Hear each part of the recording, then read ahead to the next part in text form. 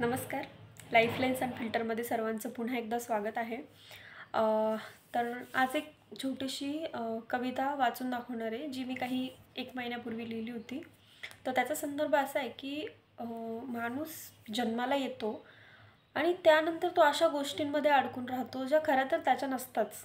पण आयुष्यभर तो माझं माझं म्हणत त्यासाठी काळजी करणं, पूर्ण आयुष्य त्याच्यावर आपण घालवतो आणि जेव्हा तो शेवटचा क्षण येतो तेव्हा कळतं की नाही, काहीतरी चुकलं, काहीतरी करायचं राहून गेलं, जे करायला आलं होतं ते केलंच नाही. तर अशा सगळ्या मिक्स गोष्टी आहेत त्याच्यामध्ये. त्याच्याबद्दल थोडंसं लिहिलं होतं. मला असं शब्दांनी एवढं स्पष्ट नाही सांगता येत, जेव्हा मी लिहिते तर तेव्हा ते स्पष्ट होतं. ते ऐकवते.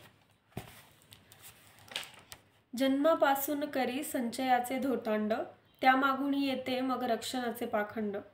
भाडे तत्वाने आला पृथ्वीवर वेड्या, तुझं काही नाही इथे ना सोनं ना लोखंड. क्षणोक्षणी तुला फसवू पाहते ही मोहमाया, नको वेड्या त्यासाठी झिजवू मन आणि काया. पंख मिळाले बुद्धीचे घे उंच उंच भरारी, एक मिळाला जन्म शिकुनी घे जगण्याची कला सारी. धर्म जात भेद समाज तुझं माझं, रंग रूप बंगलानी गाडी, या दुष्चक्रात नको रे अडकून राहू. एक मिळाला जन्म, तो म्हणतो या सर्वांच्या पलीकडलं वास्तव पाहू, या सर्वांच्या पलीकडलं वास्तव पाहू. ही कविता तुम्हाला कशी वाटली नक्की सांगा.